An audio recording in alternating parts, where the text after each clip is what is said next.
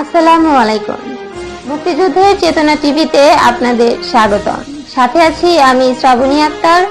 এখন দেখবেন বিস্তারিত। প্রিয় দর্শক, আমি আছি মুক্তিযুদ্ধের চেতনা টিভির পক্ষ থেকে শেখ মফিজুর রহমান, স্টাফ রিপোর্টার। এখন আমি আছি বনানী চেয়ারম্যানবাড়ি। তো বনানী চেয়ারম্যানবাড়ির দৃশ্যটা আপনাদের একটু দেখানোর চেষ্টা করছি। প্রিয় দর্শক, আসলে এখন ঢাকা জনশূন্য হয়ে পড়েছে, একদম জনসংখ্যা নেই বললেই চলে। আর গাড়ি খুব ধীর গতিতে দুই একটি চলাচল করছে। এখনও মানুষ দেখা যাচ্ছে, লক্ষ্য করা যাচ্ছে, এখনও মানুষ দূর দূরান্তে যাওয়ার জন্য অনেকে চেষ্টা করছে।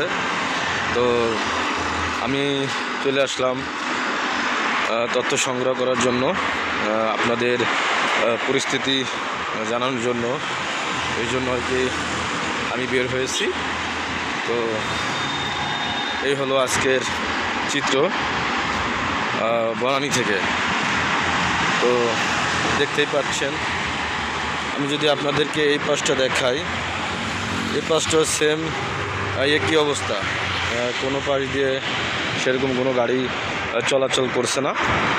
তো প্রিয় দর্শক, ভালো থাকবেন, সুস্থ থাকবেন, আর মুক্তিযুদ্ধের চেতনা টিভির সাথেই থাকবেন। আল্লাহ হাফেজ।